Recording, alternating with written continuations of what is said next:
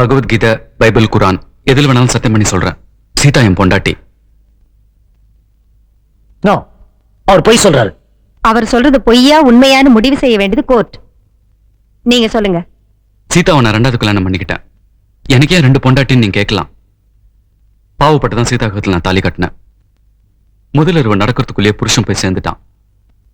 புகுந்த வீட்டுல கழுத்து பிடிச்சி தள்ளிட்டாங்க. திறந்த வீட்டுக்கு பாரம் ஆயிட்டா.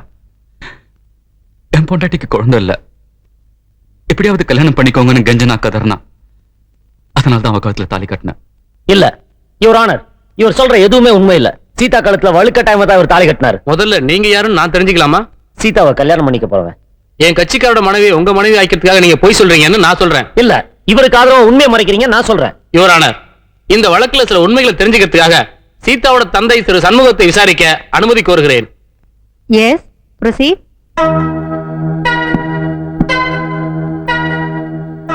உங்க மருமகன் சேகருக்கும் உங்க 2வது மகன் சீதாவுக்கும் திருமணம் நடந்தது உண்மையா? உண்மைதான். இந்த கல்யாணம் உங்க சம்மதத்தோடு தான் நடந்தது? ஆமா.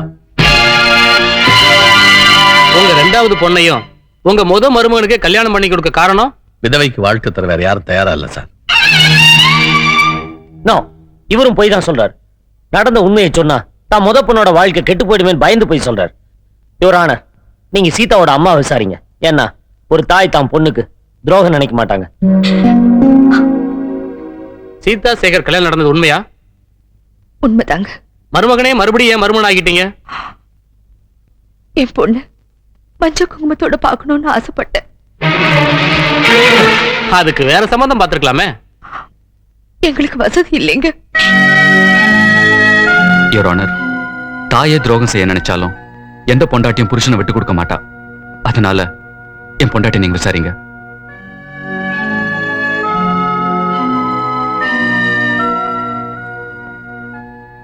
என் புருஷனுக்கும் என் தங்கச்சிக்கும் கல்யாணம் நடந்தது உண்மைதான்.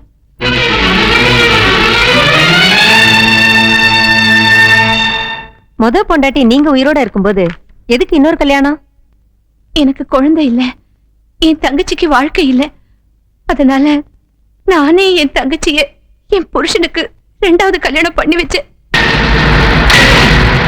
சாட்சிகளை விசாரணை செய்ததை கொண்டு சேகர் சீதா திருமணம் நடந்ததை இந்த நீதிமன்றம் உறுதிப்படுத்துகிறது.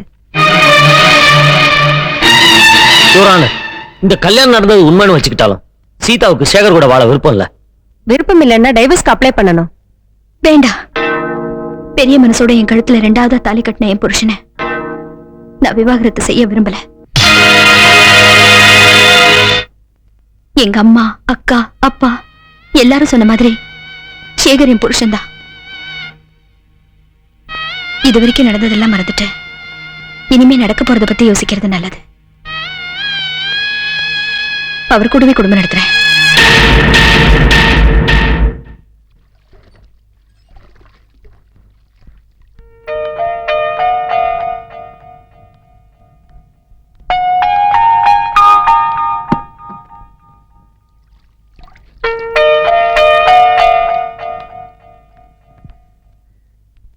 மாமியார் வீட்ல இருந்து அடைக்கலமா புகுந்த வீட்டுக்கு வந்திருக்கேன். அதுக்காக நீங்க பயப்படாதீங்க. என் புருஷன் பாத்துக்குவாரு.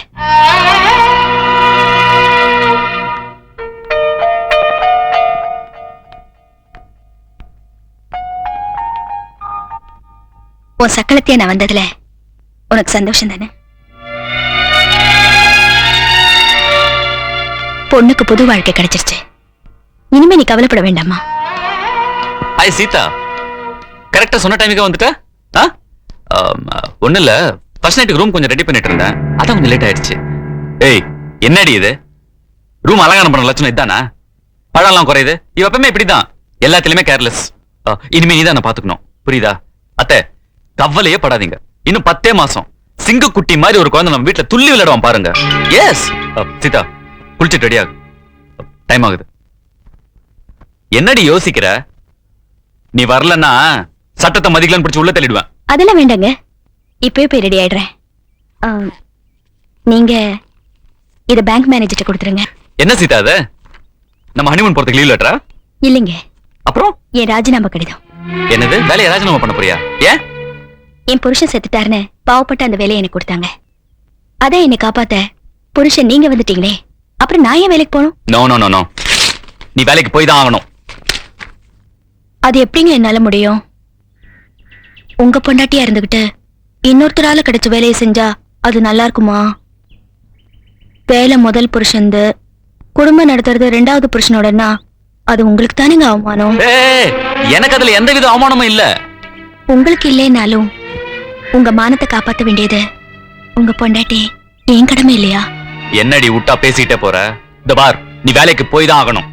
நான் வேலைக்கு போய் தான் ஆகணும்னு நீங்க எந்த கோர்ட்லயும் கேஸ் போட முடியாது.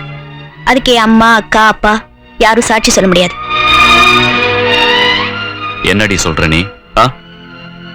கோர்ட் உங்க கூட குடும்பம் தான் நடத்தணும்னு சொல்லிருக்கே தவிர வேலைக்கு போய் சம்பாதிச்சு போட சொல்லல.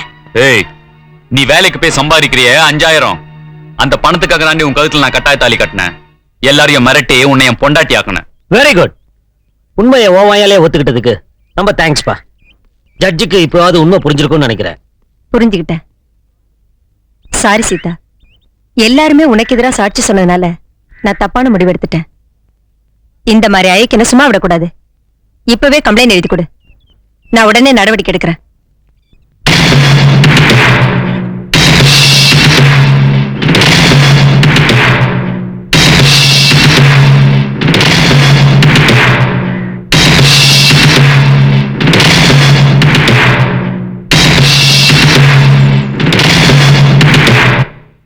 என்னம்மா அது? அவனை மன்னிச்சிருன்னு எழுதிருக்க? என் அக்கா நல்லா இருக்கணும்னு நான் நினைக்கிறேன். என்ன மன்னிச்சிரு சீதா. இதெல்லாம் வேண்டாம். இனிமேல் திருந்தி மனுஷன் நான் நடந்துக்க, அது போறோம். இல்ல சீதா, நான் செஞ்ச பாவத்துக்கு பிராயச்சித்தமா அடுத்த முகூர்த்தத்திலே உங்க 2 பேருக்கும் நான் கல்யாணம் பண்ணி வைக்கிறேன். என்ன மன்னிச்சிரு, என்ன மன்னிச்சிருங்க.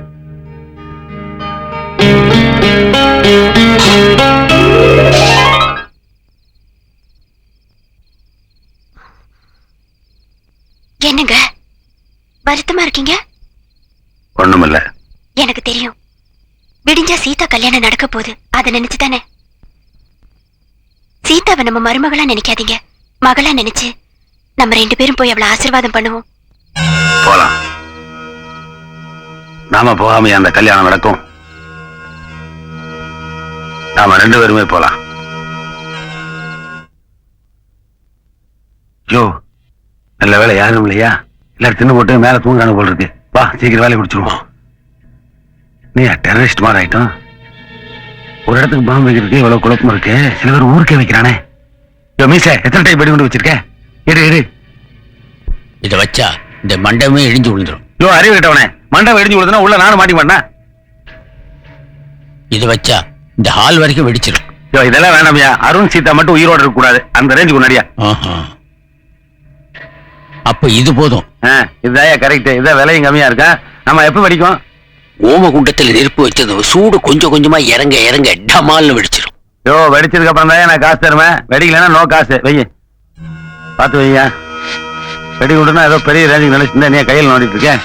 இது கத்துக்கூடியா? எதிராது நம்மளுக்கு தான் தொழில். எல்லா பயிலும் வைக்க ஆரம்பிச்சிட்டானுங்களே. அது வெடிக்குமா? யோ, நான் தொழில ரொம்ப நாணயமானவன். வெடிச்ச உடனே காசு கொடுத்தா போதும். நான் மட்டும் என்ன சொன்னேன்? அப்படி உனக்கு காசு வேணும்னா வெடிக்கிற வரைக்கும் நீ கூடவே இருக்கணும்.